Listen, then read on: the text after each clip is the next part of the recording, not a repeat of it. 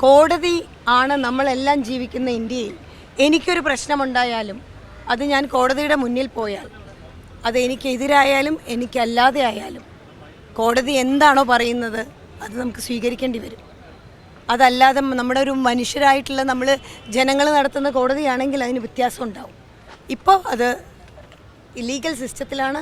ഒരു ഇന്ത്യൻ ഇത് വെച്ചിട്ട് നോക്കുമ്പോൾ നമ്മളെല്ലാം ബാധ്യസ്ഥരാണ് അത് ഫോളോ ചെയ്യാനും. അത് മനസ്സിലാക്കുമ്പോൾ ഒരു കാര്യം അതിൽ പറയാതിരിക്കാൻ വയ്യ. കുറ്റക്കാരെ ശിക്ഷിച്ചിട്ടുണ്ട്, അത് കോടതി കണ്ടെത്തിയ കുറ്റക്കാരെ ശിക്ഷിച്ചിട്ടുണ്ട്. അതിനെ നമ്മൾ എന്തിനാണ് മറക്കുന്നത്? അത് മാത്രമല്ല, ഈ പെൺകുട്ടിയുടെ നേരെ നടന്നത്, എൻ്റെ കൊളീഗിൻ്റെ നേരെ നടന്നത്, ആ ദാരുണ സംഭവം, നടക്കാൻ പാടില്ലാത്തതായ സംഭവം, അത് നടന്നിരിക്കുന്നു എന്നുള്ളതല്ലേ ഏറ്റവും ഭയാനകമായ കാര്യം. അതിനെക്കുറിച്ചല്ല ചർച്ച. അങ്ങനെ നടക്കാൻ പാടുണ്ടോ? അത് സിനിമയിൽ അഭിനയിക്കുന്നവർക്ക് മാത്രമല്ല, ഏത് ജോലി ചെയ്യുന്നവർക്ക് നടക്കാവുന്നൊരു കാര്യമാണ്.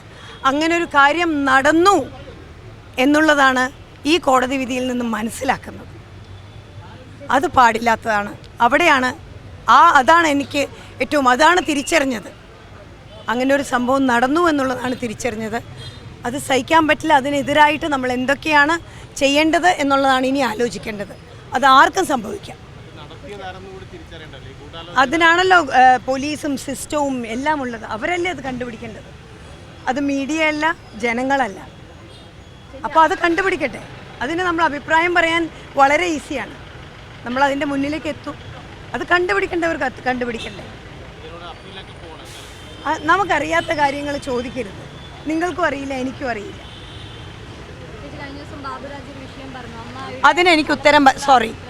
അതിനെനിക്ക് ഉത്തരം മറ്റൊരാൾ പറഞ്ഞതിന് I am not responsible to answer that.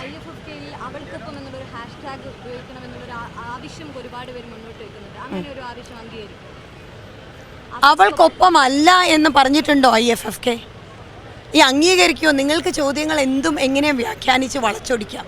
അങ്ങനെ അല്ല എന്ന് നമ്മൾ പറഞ്ഞിട്ടില്ലല്ലോ. അപ്പം പിന്നെ ആ ചോദ്യത്തിന് വയ്ക്കുന്നല്ലോ, അങ്ങനെ വയ്ക്കില്ല എന്ന് പറഞ്ഞിട്ടില്ലല്ലോ. വെയിറ്റ്, IFFK തുടങ്ങിയിട്ടല്ലേ ഉള്ളൂ. ഉദ്ഘാടനം നാളെയാണ്. വെയിറ്റ്. ഓക്കെ.